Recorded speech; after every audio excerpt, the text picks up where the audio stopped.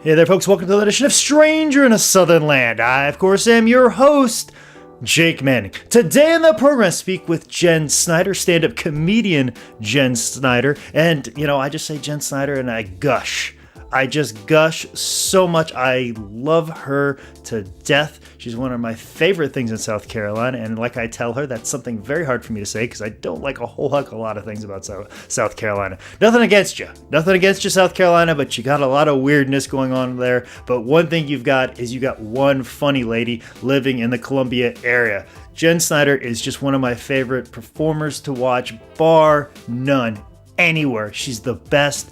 I love her, and I love the fact we got to talk, and sit down and talk for a whole solid hour. Anytime I've had a conversation with her for 5 minutes, 15 minutes, it's always just fantastic. And this is one of these conversations that I've tried to capture so many times, just back and forth, and we cover all kinds of wonderful, big social issues, and then we just make dick jokes and talk about wrestling, which it just all boils down to that, I guess, with professional wrestlers and comedians these days. We just start talking about professional wrestling and our dicks. So that's just how it goes, or other people's dicks, I guess, in Jen's case. But, it's just so fantastic to sit down and talk with her, and I feel very, very honored that I even live in a close proximity of her, that I get to see her on a semi-regular basis. So I'm very glad to be bringing this to you guys, my audience. And if you don't know who Jenn Snyder is, look her up, find her. If she's in your area, go get in touch with her, go watch her shows. You will not be disappointed. I promise you, that much is for sure. But as always, one thing is for sure, I am a part of the Shining Wizards Podcast Network, and I can't thank them for everything they do for me. So make sure you show them some love and go to shiningwizardsnetwork.com. As always, if you are looking for a producer, some sort of hand and help in the world of podcasting, if you've got a great idea and you want to podcast and you want to get out there and get your name out there and do what I do, and you want to look as good as I do doing it, well, guess what? There's one man that does that so well, and that is Don over at DSCT.TV. Don is my producer. He's helped me out. He's always available, so make sure you look him up. And like I said, his new slogan should be, hey, if I can make Jake Manning look like a pro, I can make anybody look like a pro. Probably going to be on his website in the next couple weeks. I promise you that much. But look him up at DSCT.TV. Now, as always, I've also got some stand-up dates as well. I not only do I just talk to comedians, I also do stand-up comedy as well. And I've just got a couple of dates I want to feed you guys right now. Most specifically, Thursday, December 29th, I will be the evening muse for Monstrous Comedy. The featured performer for that night is Dave Stone. Dave Stone, he runs a podcast with Kyle Kinane. He's also a part of the Squidbillies cast on Adult Swim for Comedy Central, and also he's Adult Swim, excuse me. Revoke my comedy nerd card, okay? So sue me, guys. I'm sorry. I'm trying to get through this as much as possible.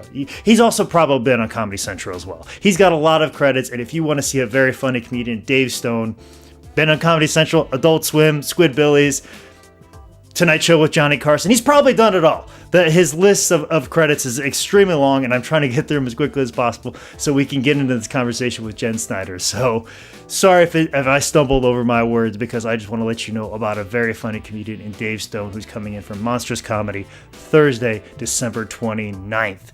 Now, Saturday, January 7th, All Organic Open Mic returns to the Evening Muse. Make sure you guys show up for that. I'm very excited about that show. It's 11 p.m. show, and tickets are only $3. It's going to get rowdy. It's going to be ruckus because, well, don't feed comedians after midnight. That's pretty much why. But anyways, I got a lot of the shows coming up, and I've probably said anyways, and I'm trying to get to it as quick as possible, but I don't want you to forget that I'm on social media, and please follow me on social media. I am very available on Twitter at ManScoutManning or at ManScoutManning on Instagram if you have a question about this podcast, or if you want to become a sponsor of this podcast. Make sure you email me at jake@sslshow.com, or if you want to book me for an upcoming wrestling event, make sure you email me at manscoutmanning@yahoo.com. We did it. We got through it. There was a stumbling block in the announcements, but that's okay. We're here right now. We're here at that point where I tell you that here today on Stranger in a Southern Land is the very funny and lovely Jenn Snyder here on Stranger in a Southern Land.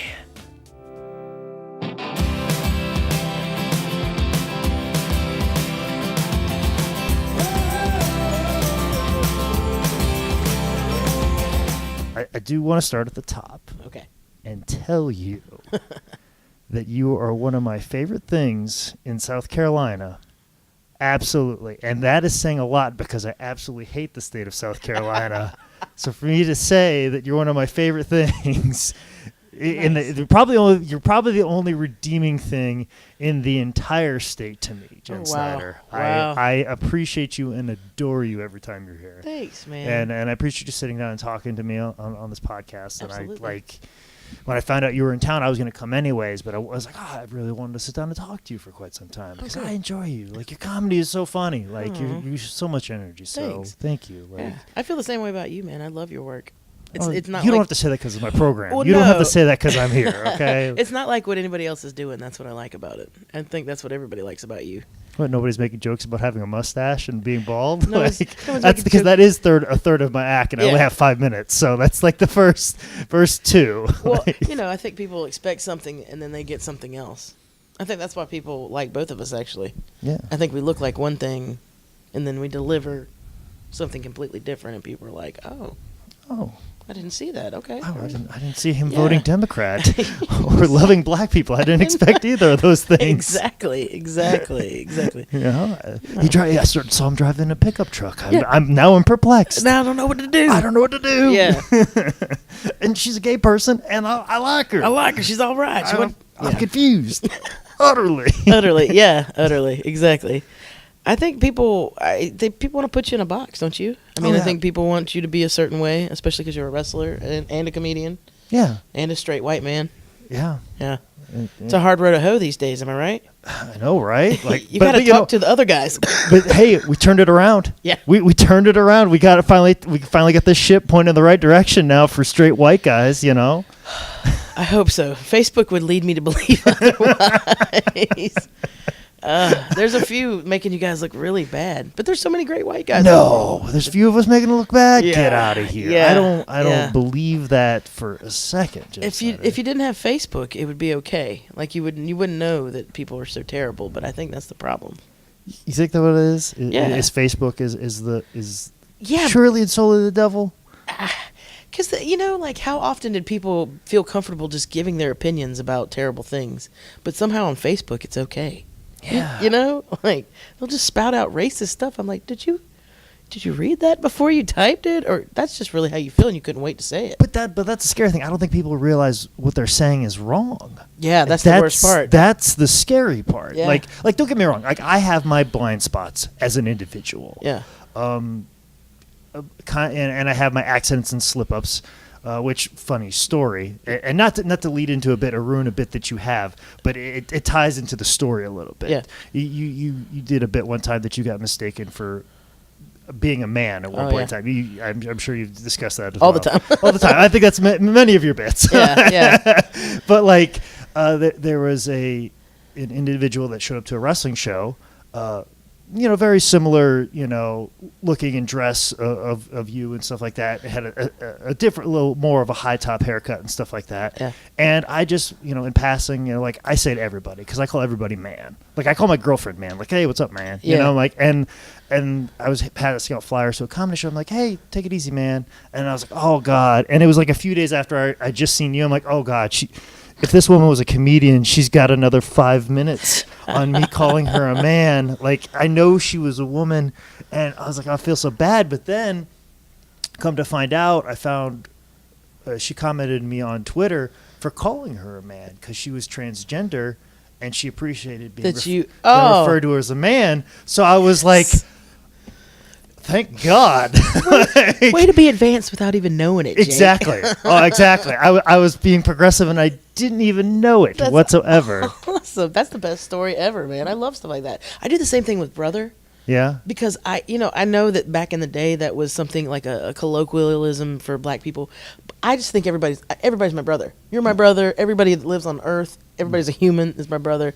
And so I'm always like, yeah, thanks, brother, or thanks, sister. And I worry that people think I'm being flippant when I'm not. I'm just really like I'm That's genuinely how I feel. You could be just a huge Hulk Hogan fan. I love you, brother. You're feeling great, brother. He's actually one of my favorites. Yeah. Like, and in all the days for him not to use brother, he just started like, I'm just going to spout off the N-word today. Oh. Like, this is the one day I'm not going to use that pronoun, you know? I'm just going to start, you know. This is the one day I'm going to choose not to just call everybody brother. Did he do that? Did Hulk Hogan do that? Oh. What was that sex tape thing? Did you hear that about the whole scandal? I saw the sex tape, but I didn't hear there was a scandal. Oh, this is what got Gawker in trouble. Oh. You know, this is not an exclusive to my podcast, but I'll fill you in on the information. Yeah. But the big thing with the whole Gawker thing was that they couldn't claim damages.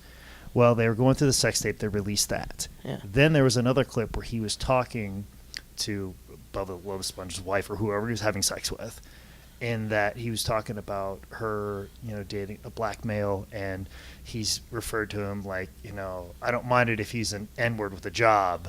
Oh God. And he was but he wasn't. It wasn't this. I don't think he was necessarily using it as a derogatory, but he was just using it like, oh, you know, whatever. Yeah. You know, like it wasn't like I hate. Yeah. But he was just referring to him as such. When you've been calling everybody brother, and you couldn't just like, oh, you know, brother's got a job. There's a brother got a job. You know what I'm saying? Like, but So he then said, people would be but they like- released that. Yeah. Well, that was when he was on WWE TV and was on a new one of their programs, Tough Enough. Well, obviously they rip everything down. They ripped down all Hulk's merchandise, and that was part of the reason why Gawker lost the lawsuit, because the whole thing would have got thrown out, and because there was no way to prove damages to Hulk Hogan because he'd done the Hogan Knows Best. He had all the trials and tribulations with his son Nick and Brooke and all the reality show mess and drama. So to say that a sex tape would ruin his, you know, marketability would be very hard to do. But when they released that, and the fact that like, hey, I was making X amount of dollars, and because of this instance that you released, this is what you caused. These are the damages that you've now. So he had a way of proving damages, and that's eventually how he won the lawsuit. Nice. So, well, he needed it because after the divorce, his wife took all his toys and his trucks and was letting her new boy toys drive him. I felt bad for Hulk. Yeah, but not when he's acting like a racist. That's not cool. Yeah, and like I said, I don't think he was saying it negative, but for him to flippantly say the N-word, you know, saying, and of all the days, you know what I'm saying? Like you said, like for you to be worrying about brother, like you could be the guy who uses brother all the time, you know. But for him saying it so flippantly was, you know, in private. So even still, who's your favorite old school rapper? Like, I mean, wrestler like that. Who's your favorite? Like, you know, from like Hulk Hogan days, like Four Horsemen. Did you watch like back then? Oh yeah. Well, to answer your first question, LL Cool J. All right, that's a good call. That's a good call. First one, LL Cool J. Yeah. But old school like wrestlers. See, I know all the guys now and stuff like that. So like I have that was like a tougher question for me. Yeah. But I mean, I was a Hulkamaniac as a kid. Yeah. For sure. Like through and through, like that was my guy. And then it was the Bret Hart and the Shawn Michaels. I was a Rock and Roll Express fan. Do you remember the Rock and Roll? Of course you were a Rock and Roll Express fan. You grew up in South Carolina, Jenn Snyder. Of course. Ricky Morton might be your dad, for all we know, or an uncle, or like could have ended up being an uncle. Yeah, he's probably definitely an uncle now. That's funny. Hey, they're great, man. Come on, I just was on a show with them last Friday. Are you serious? I'm serious as a heart attack. Now I'm really jealous. Like me and my cousin, like we grew up together. That's what we would pretend to be. We would pretend to be the Rock and Roll Express. Have you ever met the Rock and Roll? No. Jenn Snyder, awesome. I need to facilitate this. You do. I know Ricky, like that's Ricky's my favorite too. Ricky's like an uncle. Like I love him. He's my I've wrestled him so many times. You've actually wrestled the Rock multiple times. Oh my God. Multiple times. I've taken that double drop kick so many times. Jake, you're amazing, man. You just get cooler by the minute. Every time we talk, I'm like, damn, Jake Manning.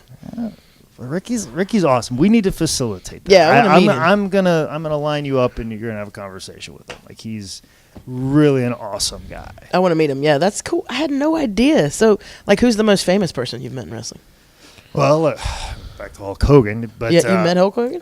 Yes, I was actually on a show with Hulk Hogan. What? Here in Charlotte, North Carolina. That's awesome. That's amazing. It was when Ric Flair's son Reed was making his debut. Yeah. And his other son David, who'd wrestled. It was Reed and David versus the Nasty Boys, with Rick in his son's corner, and the Nasty Boys had Jimmy Hart in his corner. Oh, nice. And Hulk was going through all the divorce of things, and that's when him and Rick were like hanging out, and it was looking like Rick was going to end up getting a reality show as well at one point in time. That never happened, but Hulk was hanging out a lot with Rick. And so Hulk was going through a divorce. He just wanted to get away. So he was like, hey, I'll come in for your show and referee that match. That's awesome. So, like, I was backstage with Hulk in the locker room, and I was wrestling Ricky Steamboat's kid that night. Oh, my God, Ricky Steamboat. I haven't thought about that name in forever. Yeah. And I'll never forget, our promotion was running the show. Mm-hmm. And so I was at the front, like, helping seat people, selling merchandise, taking tickets. So I was very, very, very busy. And so I didn't have time to really get dressed until the show started. Because I'm like, okay, the doors are open, everybody's in. Now I can go to the back and start getting dressed and then worry about my match. Well, Hulk had been back there just hanging out, and he saw a new person in the locker room, and he was getting changed. He's like, oh, that's a wrestler. And he started walking over to me and introduce himself. Like, this guy's Elvis in my line of work. Yeah. And he's like, oh, another wrestler, let me go introduce myself to him. That's For him, awesome.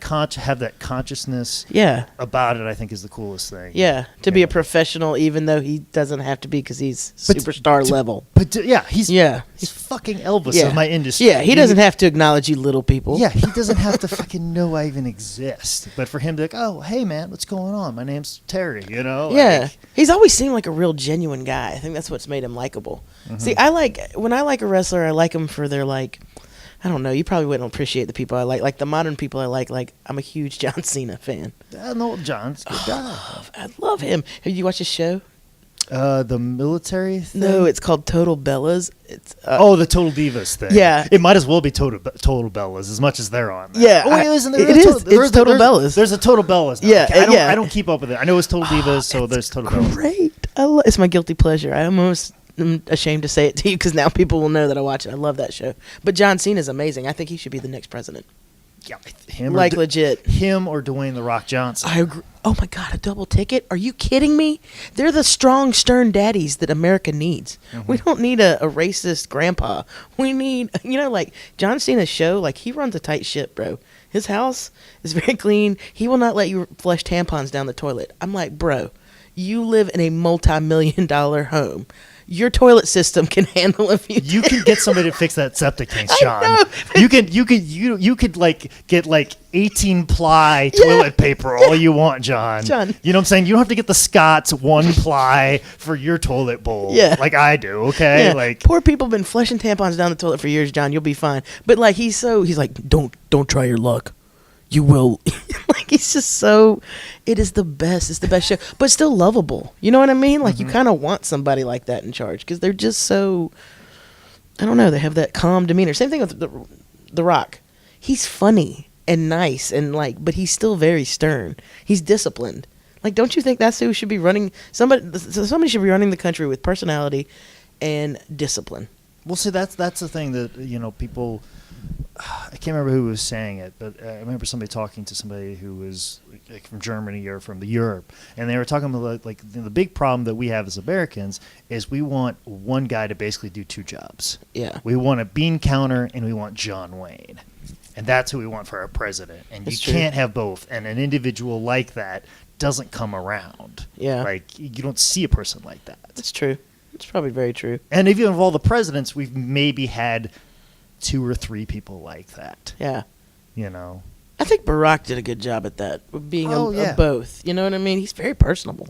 Yeah. He's very likable. Like, I mean, as comics, I think that's like a hard thing to strive for, right? Like, you need to be just as personable on stage as off and vice versa. Like, I think you get more success that way. That's just me. Well, because it's what I was discussing with somebody not too long ago in a wrestling locker room.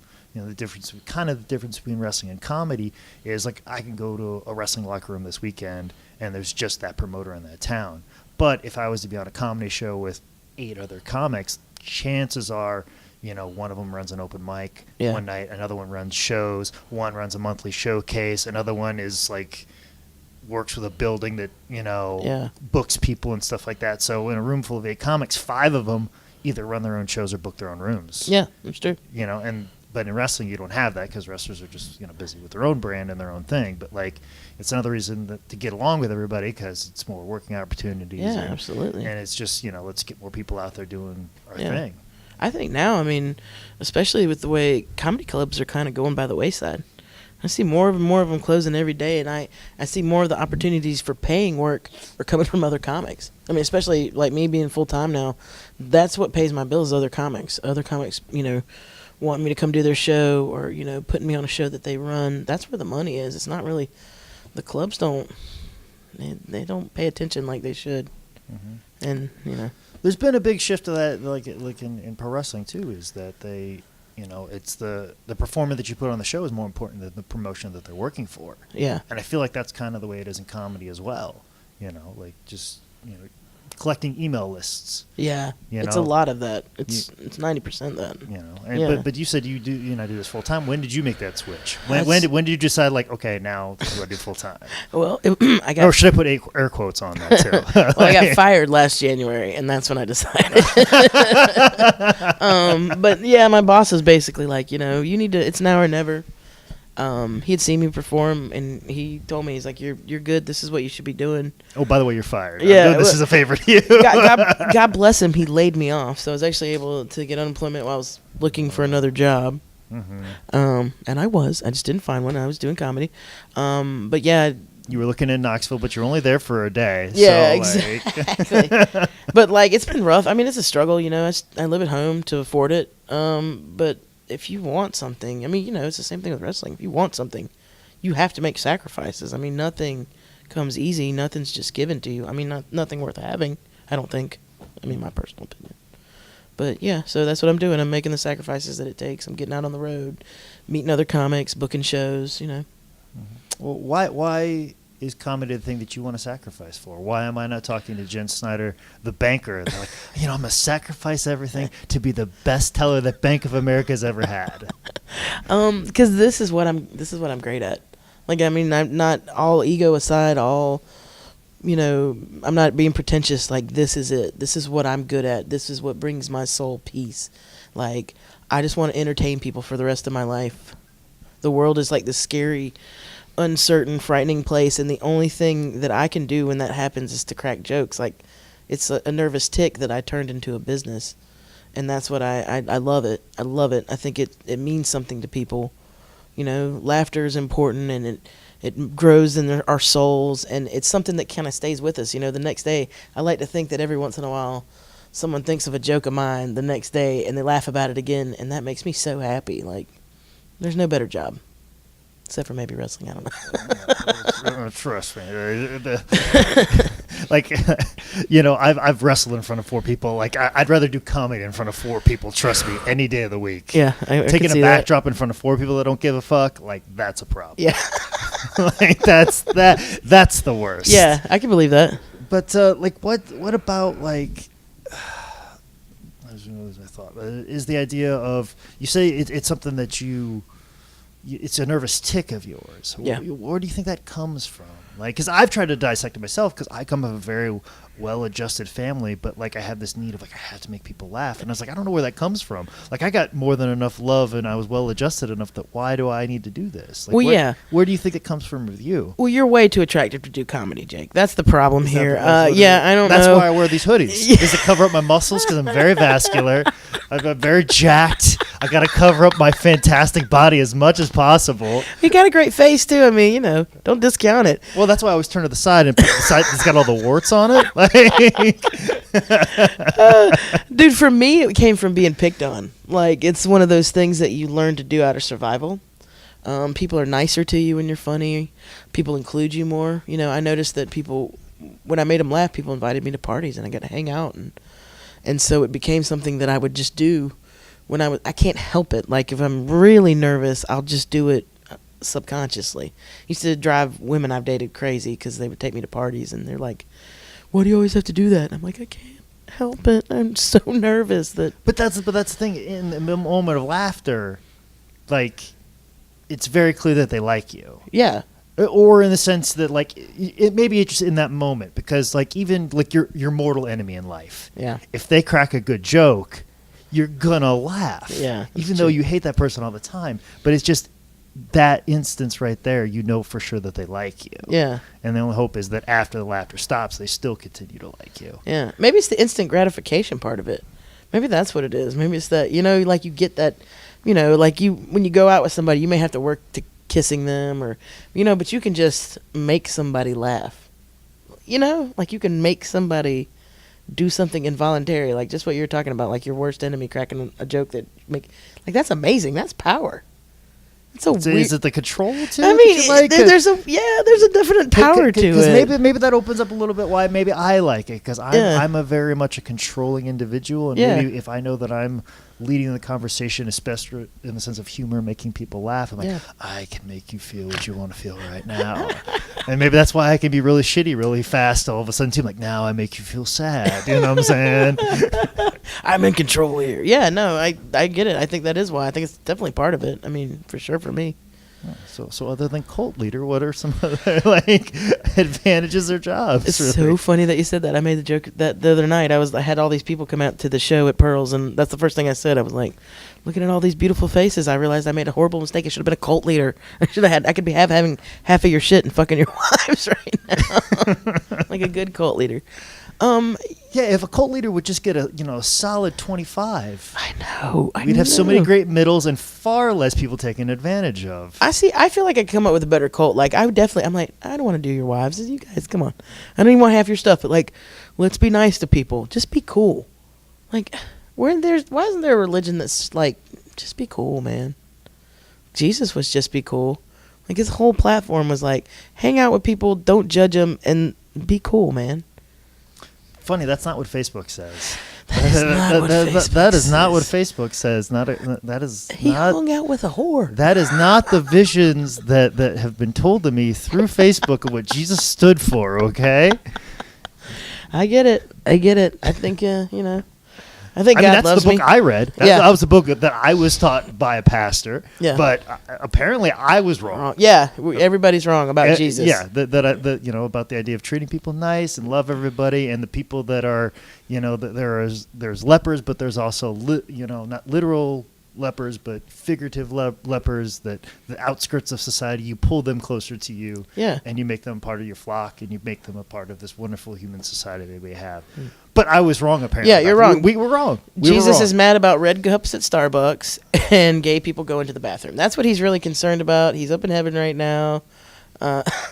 Just pissed. Just pissed. He's probably pretty happy right now. We're riding the ship. We're turning it around. Yeah, we're going to make America great again. Mm-hmm. So great. Yeah. It's going to be fine for people like you. You're going to be fine. Yeah. I mean, I tried to make a bit about that, but it really just ends there. I'm like, I'm going to be fine. And then people don't laugh, and I wonder why. I think this is pretty funny. Like, yeah. I told everybody to calm down. What's wrong? What's the problem? What's the problem? I don't get it. Yeah. Well, it'll be a boring world when there's no more color in it, but that's up to whoever wants to do that. Well, according to the people on the 30-year-old white males, it's to avoid everybody from being a color of beige in this world.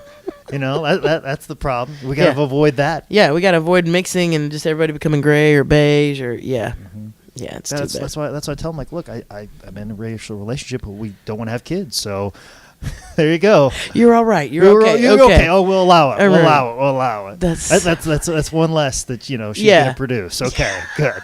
Oh, that's one less she's gonna produce. Yeah, even better. Oh my God, that's so funny. But Jen, yes, like, seriously. But back to you doing this full time now. Okay, where. What is a full-time comedian's responsibility? Because I think about it a lot too. Because I work a day job, and there's so many things right now. Like, I need to be putting together a mailing list. I need to be submitting to festivals. Yeah. For you, what's like there's a certain amount of busy work when it's your full-time job that I don't think people really understand. Yeah. And walk me through some of those things that I probably need to be aware of, and maybe most people aren't aware of. Like, you just sit down and write something funny, or you just go on stage and you work for an hour. Yeah, that's it. That's all you do. Nailed it. Yeah, you got to get up every day. You got to email people. I haven't started a mailing list yet. I need to do that in every town so that I can email people and tell them I'm going to be in town. It's brilliant. I don't know why I haven't done that. But yeah, you email people. You go to shows. I'm in the middle of planning a tour, like a cross-country tour. At the end of January of 2017, I'm going to go across the country to Seattle. And I'm going to book shows all the way. And places I don't have shows booked, I'm just going to go to the open mics and meet comics and make friends. But that's part of what I've been doing lately. So every day it's getting up. And then, you got to write new material all the time. And you still have to hit mics. I know a lot of professional comics that act like they don't need to hit open mics. I'm like, how are you working your material, man? Like, I don't get it. At the same time, don't you want to do it? Yeah. You have to be a little bit addicted to it. Oh, yeah, absolutely. Like, I want to go out to, in my head, I'm like, I got a show tonight. It's just an open mic. It's just an open mic. Oh, yeah. I've played that trick many a time on Yeah. Facebook. Like, oh, I got this whole tour through Ohio. No, most of these are open mics. Or they're open mics, and I just happen to be the guy that's doing 10. Yeah, they don't have to know that. They don't need to know that. They don't need to know that. It's all about perception. Well, that's the thing. Like, I don't know why more comics don't see the open mics are the gym. They're the gym. That's where you're working out. You're getting your mind right. You're getting your material right. You're getting your crowd work right. And then those are the things that make you strong enough to do shows. Mm-hmm. And I think people try to skip that. I think a lot of open micers, they do it 2 or 3 times. They might get some laugh, and they're like, where's my HBO special? Why ain't I a headliner? I'm going to start making merch. I'm like, you're not even a feature yet. Why are you making merchandise? Like, no one's buying your T-shirts. Shut up. Mm-hmm. Like, I don't know. I think it's more of that, people just want things to happen overnight, and it does take work. But we always hear these stories and these podcasts of people like, especially these New York people like, oh, I did 3 in one night, or like I did 8 this week, or like, isn't that the goal and the drive to get out there and do it as much as possible? Absolutely. I mean, I do every single one in my town. And when I lived in New York, I lived there for about 3 months. It's so damn expensive, but I did the thing where you do 4 in a night. It's hard. It is hard as shit. But don't you feel like you're going to go to bed a better comedian than when you started? Oh, yeah. Oh, definitely. Absolutely. I mean, and you're going to learn things at mics that you're not going to learn at shows, because shows are easy. Shows, people love you. Mics are mostly comics that hate you. If you can get that room loving you, if you can get that room to like you can go anywhere. I feel like, Oh, absolutely. And it's also a comfort level. Yeah. Like, you are extremely comfortable when you get up there. Thanks, man. And I love about you. The Mellow Mushroom down in Rock Hill. Oh, yeah, I love that place. I do too. I love going down there, and there's like just the wait staff watching. Nobody. And it's just like I can just be loosey goosey with this thing, and it's almost like in that moment, even if it's like a joke you told before, it's gonna take you to a place where you're gonna find that new tag. Yeah. That changes the whole complexion of the whole bit. Yeah, you're absolutely right, and that's where it starts, and that's where you get it. Those spots that are hard like that, or even shows that are hard, like Chris Corrado. You play Chris Corrado shows? I just did one last week. Chris Corrado shows are like the sparring matches. Like, if open mics are the gyms, Corrado shows are where you go get your ass kicked, and you're like, all right, I need to get back in the gym. But I love them. I never turn down a Corrado show. I always want to do it because they're challenge. They're a challenge, and you think you're good until you can get your ass handed to you in a room like that, and then you just totally rethink what you're doing. Yeah, and just not flinch. Yeah. Either power through it. Yeah. Find the people that are listening and then zoom in on them. Yep. Or find a way to get the people that are not paying attention. Yeah. Or trying to avoid not getting a fight with a guy that goes, why don't you give me 5 minutes to get up there? I can be funny. Yeah, I love Listen, that. the reason why I'm not funny right now is because you won't shut up. Yeah. That's why I'm having a hard time. That guy's uncle, he's always at the bar. Doesn't matter what bar you're at, that guy's there. Yeah, but when you crush at a Corrado show, man. Those people love you. Yeah, and there's no better feeling. feeling. Like at Koozies, they exalt you and lift you up. Yeah. Now, of course, your face is getting pushed right up in the Confederate flag that's hanging from the ceiling. Yeah. But they love you. Yeah. They love you. They're feeding you Smurf Punch and getting you high on the back porch. It's amazing. Smurf Punch? Yeah, you don't drink that blue drink at Koozies? They have a blue drink? Oh, man, I don't know what it is, but it's blue and it gets you fucked up. You gotta drink that blue drink at Koozies, bro. I don't know if it's legal. Yeah. I don't think it's on the menu. I think somebody just walked in with like a container. And that's what I say. I'm always like, hey, just give me that blue drink, and they just make something and give it to me, and it's wonderful. But yeah, Koozies. Go to Koozies, you guys. Absolutely. Yeah. Or if nothing else, might write a bit about that place. I have. Oh yeah. Yeah. I have too. Their little disco ball. Oh yeah. Right next to the Confederate flag. Yeah, 2 Confederate flags.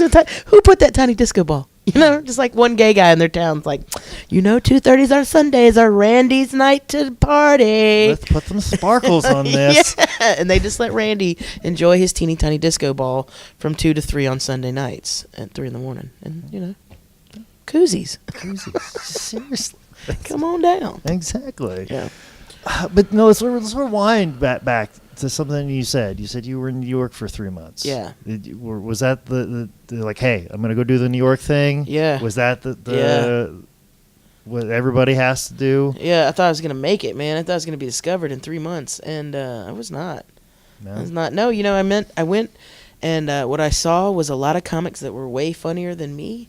They were about at the same level I was at. Mm-hmm. And I realized that if I wanted to stand out, I needed to do more work. And I needed to just be able to really do it. And I just didn't feel like it was right for me. I know a lot of people like New York and they think that's where they need to go. It just wasn't right for me. But the best part about it is when I came home, I got so serious. Like, I just ate, breathed, and slept comedy, and it made me a better comic. So I think that, anything you do, even if you fail, it makes you better. Like I failed at going to New York. I sucked at it. I was lonely. It was expensive. I spent all my money in 3 months, and I had to come back home. But it Monstrous made me stronger. debt when you came back? Did monstrous debt still, credit card still okay? Or yeah, okay. no. Yes, credit card's still okay. Okay, But right. yeah, I'd spent everything in my savings for sure. It was gone. Yeah. But I mean, what a great time. Saw many things in New York you'd never seen before. Like, I don't trade that experience for nothing. I think it was amazing. I think it made me a better comic. And I would go back, maybe not to live, but I definitely would go back to work, Mm-hmm. And that's one of the places I'm going to go in my tour. I'm going to go up to New Jersey, and I'm going to go up to New York and play a few spots in there. Okay, so you're going to take one of these type Yeah, things. kind of like a hard and then over, and then, and then I'm probably going to come back down and do like the lower parts. So I want to do like Texas. Yeah, because like going through Nebraska, all that stuff are not going to be. Yeah, There's not going to be anything. Nah, so I'll probably go up to New York and then go over, hit maybe through Chicago, try to kind of come back down for Denver. Mm-hmm. I love Denver. I want to go to Denver. Yeah, everybody Yeah. talks about how great it is, and Yeah. Chicago's a great one. Yeah. Like I even went there and Nice. just easily could do 3 mics just super easily. Yeah. And somebody was trying to tell me that there's a very odd structure to one night a week where you can hit 8 of them. Wow. But you have to get here at a certain time, and if you get out at a certain time here, and people are going to be mad at you at this one because you're just going to come in and do it, or you have to know this guy who hosts it so he can put you right up when you get to this one. Somebody told me there's this really weird run in Chicago where you can get 6 or 8 of them in a night. Damn. It's something that's like mythical. Like the ultimate hat trick. Yeah, exactly. Nice. Well, how many of you hit in a night? What's your record? I've actually done 3 in Charlotte one time. Nice. I've done 3 a couple of times. Yeah. And it's just one of those things. After you get to the third one, you're so loose, you're so relaxed, and if you do any of the stuff you did before, you figured out different things. And Yeah. I love doing 2 in a night. Yeah, that was the best. Yeah, 2 in the night, but 3, I feel like I really did something. I feel like I go to bed. I'm like, you know what? I'm going to go to bed a better comic than when I woke up. Yeah. And those are the times that I like. Yeah. I didn't know you could do 3 in a night in Charlotte. That's awesome. You probably can't anymore. It was Yeah. very tricky. Well, also too, it doesn't help because one of the thirds was the all organic open mic, which I now host. Oh, nice. But Jordan was hosting it. Yeah. So what I did is I did a storyteller. Well, also one of them wasn't really a comedic one. One was a storyteller one. Yeah. But I just I got up there. I'll get this longer bit. I'll just do this as a storyteller. Yeah, And nice. then I did all organic, and then I hit Jack's, and I got the third one. Jackalope Jack's is the absolute worst open mic in the entire world, and I love Andy Perez. It's been a lot better. It's been a lot better. Just this I haven't last been Tuesday since Andy was took it over. great. Okay, great. But yet every once in a while you'll get all you need is 4 people. Yeah. You need 4 regular fans in there, and it's the best. Nice. For whatever, and now all of a sudden the comics there's a lot of younger comics in Charlotte. Okay. So they put a little bit more energy into everything. That's awesome. And they're very supportive and stuff like that. Kind of similar to probably the people that were just a class or a generation above me when I started. Yeah. But there's now one probably just a little bit below or kind of lumped in with me that they're all there, the support, they're there every week. Now there's 15 comics going up. Nice. And everybody's very supportive. Yeah. Because also too, we lost Crown. That was the clubhouse. Yeah. That was was it SA Net or SK Net Cafe or whatever, but that's where the only open mic in town was, and now that's gone. Damn. And then we lost the Fort Mill room. We lost a couple other rooms. Oh, you guys lost that Fort Mill Comedy Zone? Yeah. lost that. They tried to keep it hanging on even when it wasn't a comedy zone for a while. But like once I announced that it wasn't a comedy zone, when you didn't get those other people showing up, and then it just got progressively worse. Man, that sucks. I didn't realize that. Yeah. So we lost a bunch. We lost Fitzgerald's, which was good on Thursday night. Lost Smelly Cat too. Lost Smelly Cat. So we kept losing all these rooms and stuff like that. So That's now, bummer. but now it's just one of those things you need those people to step up Yeah. and start doing things. Like And God bless Jackalopes Jack for hanging on that line. But that's the thing is because it's gotten so bad, everybody's hanging on to Jax so tightly. Yeah, and fair. then it's gotten better. Yeah, good. Because it's out of desperation. It's like it's either this or nothing else. I mean, I met good comics there. I met Matt Barentine there. Oh yeah. Yeah, it's actually where we met. We met at Jackalope Jack's. I think he's great. I think he's a funny comic, and he's booked me for shit. Booked me at Evening Muse several times. So I mean, it's got its benefits, but God, it was terrible the first several times I went. Because it could be that way, but now because it's got nothing else, it's gotten better out of desperation. Yeah. And that's always the joke is like that's the best one in town because it's the only one left. I like Nick's room. Nick runs a good room. You have to interject a lot of energy in there for whatever reason. That sucks. The life. Nick Alexander's room. Yeah, the station. Because the night I did it, I was like, next time let's put the audience on this side, and the bored ass comics can stand over by the bar instead of the vice versa. Mm-hmm. I don't mind. I get it. You don't want to listen to me. You're here to do your time, but let the crowd sit there, asshole. Well, sometimes there's not. Sometimes that's just it. Yeah, there's no crowd to sit there. So it's like we just gotta. Well, we're just filling chairs. We're filling chairs. we're just used to doing. We're just used to filling chairs. Yeah, I got you. That's fair. That's fair.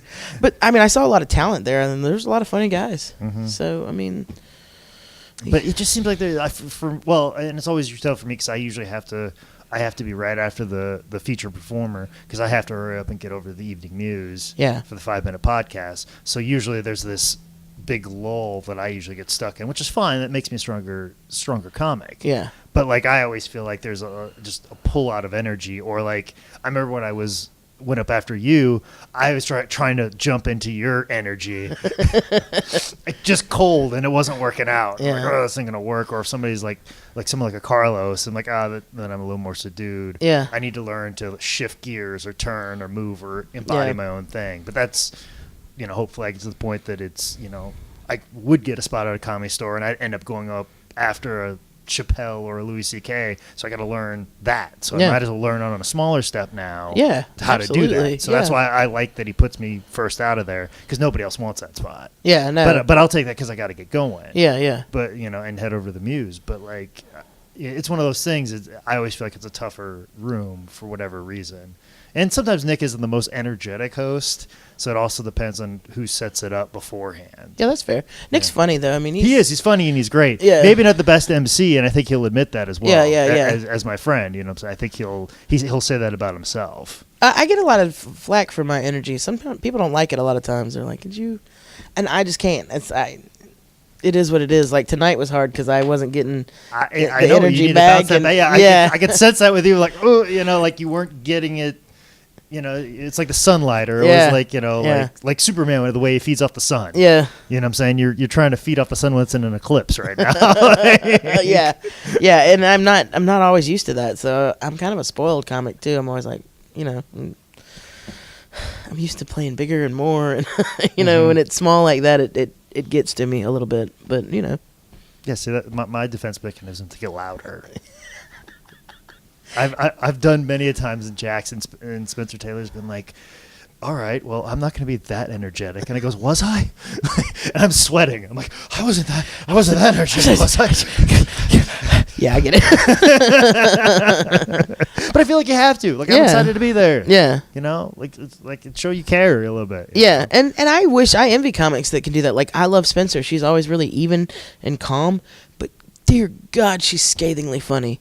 Like, so brilliantly funny that it just, like, kind of, like, gets to me in my soul. I'm like, you're not good enough. You're not funny like Spencer is. But you know what I mean? Like, I can't do that. I can't do that low-key, calm comedy. And every week she's got something new. I know. Every week. So funny. Every week. I love it. That's like, I always make sure I do have to rush on Mondays, but I always stick around on Mondays to at least see what new stuff joke Spencer's doing. Yeah. Whatever new thing she's got. Spencer's, man...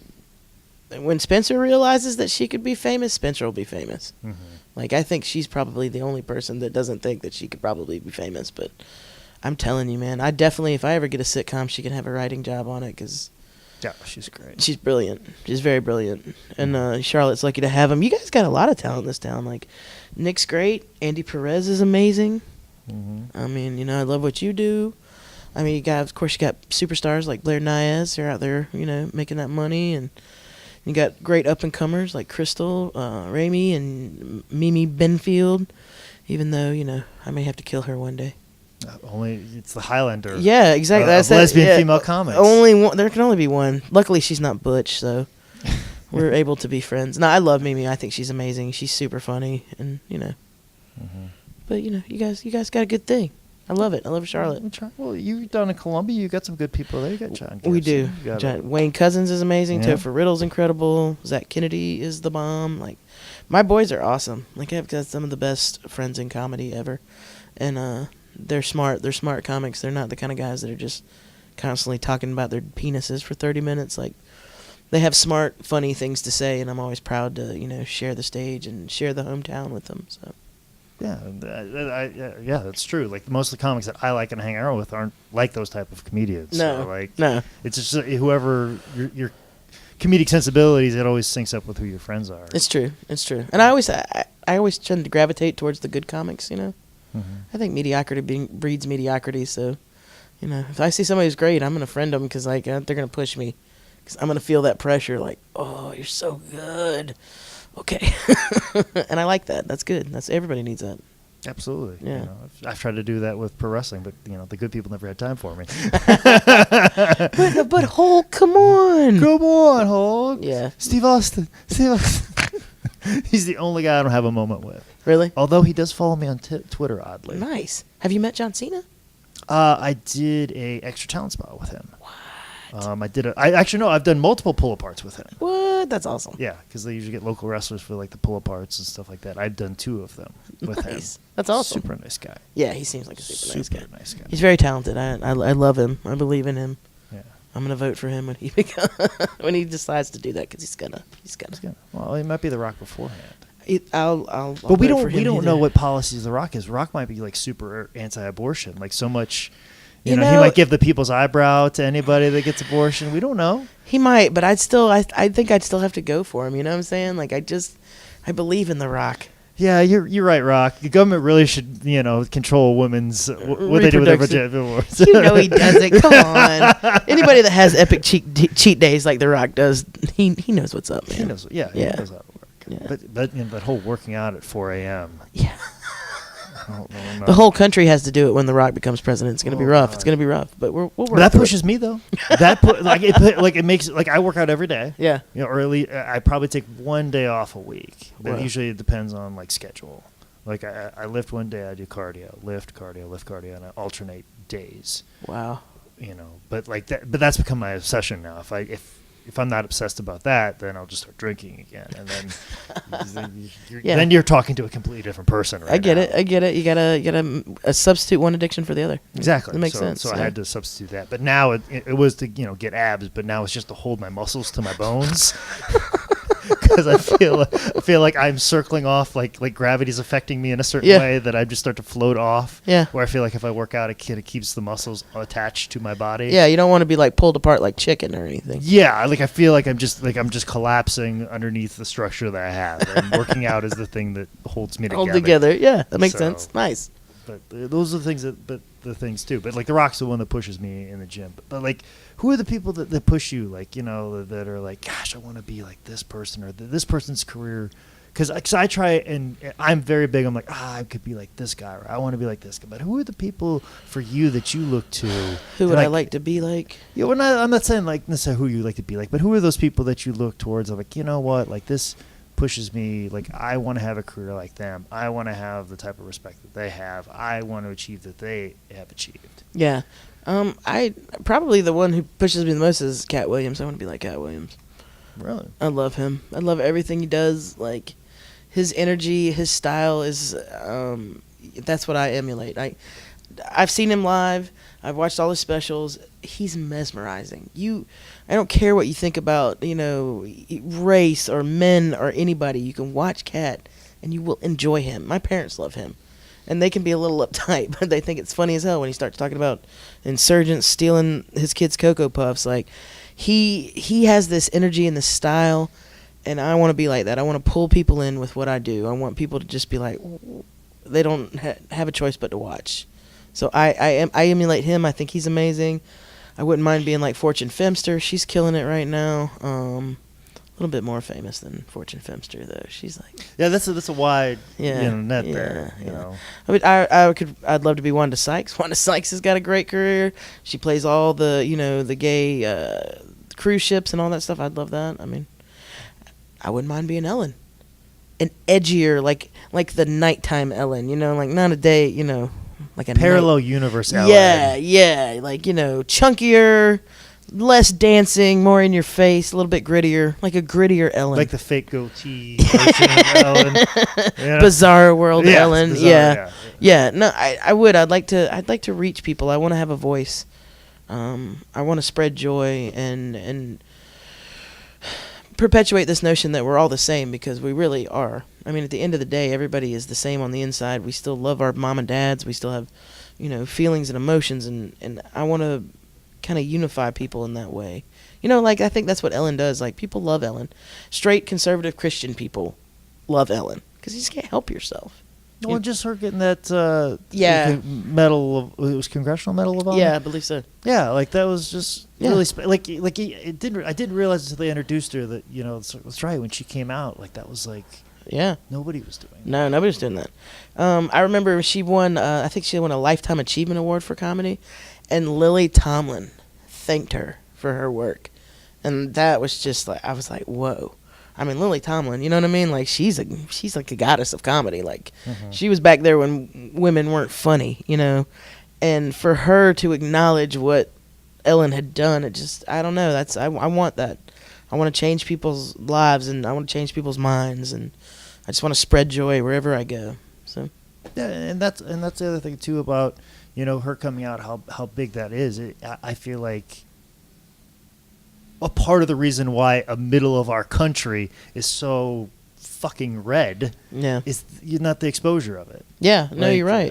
And I had a bit about it, and I didn't realize that I was probably saying something insensitive until Scott Huggins made a bit about me being insensitive, was that when I grew up, I was trying to make mention of that. I felt like I was very ignorant about black people because there wasn't a black person for 50 miles. Yeah. Of course, Jordan's like, well, if you're keeping tabs on how far away they are, that's pretty racist right there, too. Touche.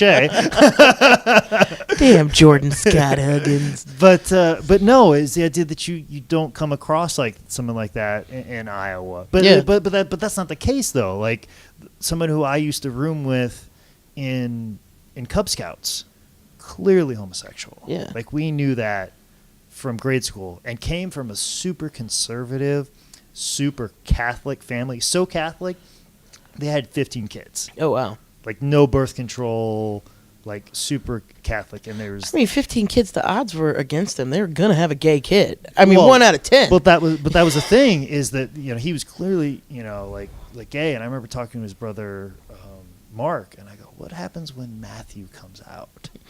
Because, like, I know how strongly Catholic your family is. Yeah. Like, you can't even say, God damn, without there being serious repercussions. And, like, well, I don't know. I love my brother. I don't know what my parents are going to do. And then finally he came out, and they're like, no, we love you. It doesn't matter what that is. And the fact that they knew their son, like, I don't think if they had a gay son that they would have been open to the idea of, homosexuals or the idea of sexuality and stuff like that. I don't think that family would be so knowledgeable, but it turns out like other members of that bunch of kids were like, well, I'm gay too. Oh, wow. And now like they had this beautiful picture on Facebook of all these families with their couples nice. And partners and their kids and their grandkids, and this beautiful family that's all together of just like, it's almost like it's like 3 dozen people. Oh, wow. or 4 dozen awesome. people. And they had this big group picture of all these people, and you just the love that family could be in shards and pulled apart just because of who they love and who they prefer sexually. Yeah. And I feel like if that family weren't exposed to that, they could be one of those hateful people. but Yeah. they weren't because they were in close contact with someone like that. Yeah. And I feel like that's something that's missing as a world is understanding and knowledge and coming Yeah. in contact with those people. Yeah, and that's what I want to do. That's like my whole goal is to like go and, play clubs where they've never seen somebody like me before, and just kind of. So you run head first into those situations, those All the places time. where you don't feel. Yeah. Which I guess in South Carolina is pretty easy to fucking do. Yeah. Like- Yeah, actually, when I went to New York, they were like, "Stop talking about the gay stuff so much. It doesn't matter." I'm like, "What a quaint notion!" But you sit in your little ivory towers of bagels and coffee, and no one cares that you're gay. That's lovely. But I still live in the South, where it's still very much a problem. So yeah, that's what I want to do. I want to go and exactly what you're talking about, expose people who have never maybe met somebody like me or seen somebody like me, and for them to kind of think about it. I don't even care if it doesn't change your mind. Just as long as you took a few minutes to be like, oh, well, should we hate all them queers? Well, no, that one was pretty funny. You know what I mean? Like, I'm good with that as long as you consider it, I'll take that in the world we live in now. Yeah. Like you don't have a problem with being, I guess, the token gay in a sense, and Nah. that, like I was I might have been the first gay person you interacted with. Yeah. Or Yeah, that's the seen. struggle of being gay. You never know when you're going to be the first gay person someone interacts with. So you can't go out acting like a jerk because those people are like, see, that's how them faggots are. They're rude and they treat you like, like you. It's your responsibility. You're an ambassador to your people, unfortunately. I mean, so, got to live to a little bit higher standard. Like I said, it's all about just understanding. And Yeah. I feel like people are good inside it. They've just never been exposed to it. Yeah, yeah. I really feel like that's what it is. I don't think it's not, like. And I think that's the part of where we're at right now. So Yeah. divisive, is because those people have never experienced that. Yeah, there's a lot of good people in the world who've just been raised to believe toxic things that they don't even really know are toxic because they just don't know any better, Well, it's even like in 2016, I dated an African American woman, and when we got together, there was a serious concern in my mind of what happens when I take her home. Is somebody going to say something racist? Yeah. Because I remember clearly growing up and hearing Racist N-word jokes and things. racist things all Yeah. the time because there were no other black people around. And then I even remember when a girl went to college and she started to date a black guy, and she brought him to like the downtown tap, and there was a lot of eyebrows raised, but somebody said, but he played for the Iowa Hawkeyes, the college football team, which might as well be Iowa's only professional football team. Yeah. Like, well, he's played for the Hawkeyes, so he's okay. Oh, wow. But I was like, but looking back on it, I'm like, what if he wasn't? What if he was just like Just a regular black man. black man that loves a woman? Like, Yeah. and this is like 2004, 2005. Yeah. Like those areas in America still exist, and I think we've forgotten about that. Yeah. We think because of the internet and there being 200 channels of whatever out there that we forget that people don't get to experience that even still on a personal level. Yeah. Yeah. It's because New York people are doing the talking, but, the rest of us are doing the living. And I think those people in those areas got sick and tired of those people telling them how it is. Yeah. Yeah. Absolutely. And they they're like, no, they like that. We don't know these people. And then like, oh, if you don't know, then you're a racist, you're a bigot, you're whatever. Yeah. No, I'm obviously not knowledgeable. Ignorance is different than willful stupidity. Yeah. I mean, in my opinion, I went to Memphis and learned about transgendered and gender fluid and all these things. I had no idea. I'm gay, and I didn't know about these things. You know what I mean? So, Well, just even back to the story if I called somebody man, and I was like, oh, I offended them, but in fact, Exactly. I was like, no, yeah. on the nose. Yeah, so we all could learn things, and that's the thing. Like, we just need to realize that we can learn from each other instead of just hating each other. We just talk about it a little more. Let's be a little bit sincere. I agree. Absolutely. Well, Jenn Snyder, we are getting close to the end. All right. Now, I'm not going to let you off the hook. Even though I love you and adore you. Yeah. I'm not going to let you off the hook on this one part. But basically, my evil plan for this whole program All right. is to lock people in a room and ask them about this particular topic. Okay. And I've asked, restaurateurs, brewers, comedians, pro wrestlers, politicians, Oh, wow. all walks of different life. And it's basically about the topic of success. Okay. What does it mean to you? Do you know what it is? Is it something you seek out? Do you have a dollar amount attached to it? Is it something you obsess about? Is it something you feel like you'll ever achieve? And if you feel like you do, will you be happy? And is it your sole purpose in life? So basically, when I say to you the word success, what pops in your mind? And I see that you already got something because you're smiling halfway through the question. because I have a very simple definition of success, and it's what I've been telling myself. Oh, please. I've been doing about 100 of these episodes, and I haven't got one. So if you've got a good answer, please. For me, I've been telling myself lately, like, you'll know you're successful when you have enough money to comfortably have a dog. Like, that's where I'm at. I want, like, to comfortably have a dog. Like, I don't want to just, like, I don't want to worry when it gets sick or something. Like, I want a dog. And be I'm able to board it when you want. Yeah, I'm like, yeah, I know. I feel it. That's how I feel about kids, too. Yeah. Fifi wants to be a mommy. We have to have money for infertilization. You know what I mean? Yeah. Like, I want little sweaters, like, you know.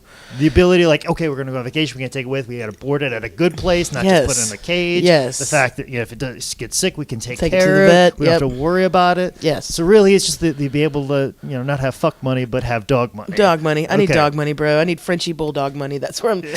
Like, for me, though, that would be it. Like, I would feel successful if I had, enough money to have a home and a family and a dog and a life. Like, it would be great to be Ellen. It would be amazing. But, like, I would be happy being Fortune Femster. I'd be happy being somebody that, not the whole world had heard of, but had enough respect and clout to take care of themselves. That's all I want. And, take care of my mom and dad. Have your own little corner in the world of comedy. Yeah. That when they're like, we want the dark, edgy Ellen. Yeah. We're going to go to Jenn Snyder. We're going to go to Jenn Snyder. Yeah, exactly. So. And that's what I think success would be. And just, it never ends. I always want to strive for more. But, like, if I could spend the rest of my life making people happy, I would feel successful, too. I mean, that's, it's the best part of our job, right? Yeah. Yeah. We just make people laugh. Yeah. I just want to make people happy. It's sometimes uncomfortable. Well, Jenn, as always, this is the end of the program. You have a live microphone. There's an audience that's still tuning in right now. So please plug your website, Twitter, Instagram, all of those things right now so they can get in contact. Nice. All right. I'm JennSnyderComedy.com is my website. Jen13 is my Instagram and Twitter handle. You can find me on Facebook at Jenn Snyder, JennSnyder. Look for me in January. I'll be traveling all across the country. But I'm starting out in Greenville and just going everywhere from there. So I'll have all my dates up on my website, and look for one and come check me out. Well, thank you so much. Thank Jenn. you, Jake. You're the best. You're the best, Jenn Snyder. Definitely the best thing in South Carolina, for sure. Thanks, brother. Thanks.